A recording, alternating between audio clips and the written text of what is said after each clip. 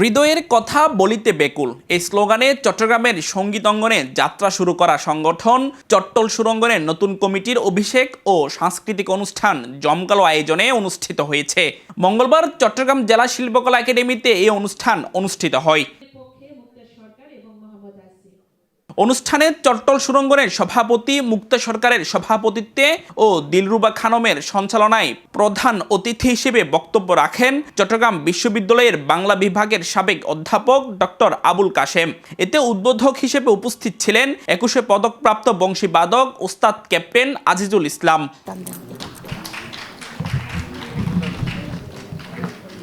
অনুষ্ঠানে বক্তারা বলেন, সাংস্কৃতিক চর্চা মানেই শুধু নাচ গান নয়, এটি আবৃত্তি, উপস্থাপনা কিংবা একটা মানুষকে উপস্থাপন করার সকল কলা কৌশল। আর সেই সাংস্কৃতিক চর্চাটা সকলের মাঝে ছড়িয়ে দিতে চট্টল সুরঙ্গনের যাত্রা শুভ হোক।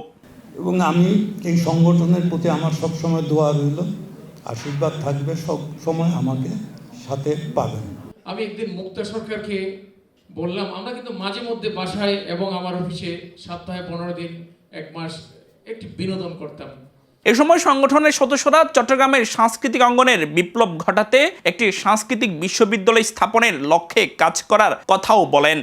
হৃদয়ের কথা বলিতে বেকুল এই স্লোগানেই কিন্তু আমাদের 2023 সালে 2রা ফেব্রুয়ারিতেই আমরা চট্টল সুরাঙ্গন শুরু করি।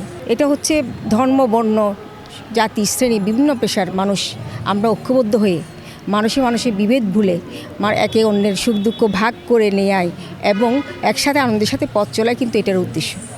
বেসিক যে বিষয়টা নিয়ে আমাদের কাজ করা সেটা হচ্ছে যে কালচারালি আমাদের যে আবৃত্তি অঙ্গন আছে, গান আছে, অভিনয় আছে, প্রত্যেকটা বিষয়কে একসাথে নিয়ে আমরা একটা ইউনিভার্সিটি করার, বিশ্ববিদ্যালয় করার উদ্দেশ্য নিয়ে আসলে আমাদের এই চট্টল সুরাঙ্গনের পথ চলাটা শুরু। আমাদের মূল উদ্দেশ্যটাই হচ্ছে ওটাই। অনুষ্ঠান শেষে নাটক, নাচ, গান ও আবৃত্তি পরিবেশন করা হয়, যা উপস্থিত দর্শকদের মুগ্ধ করেছে। আব্দুর রহমান ইমন, বাংলাধারা, চট্টগ্রাম।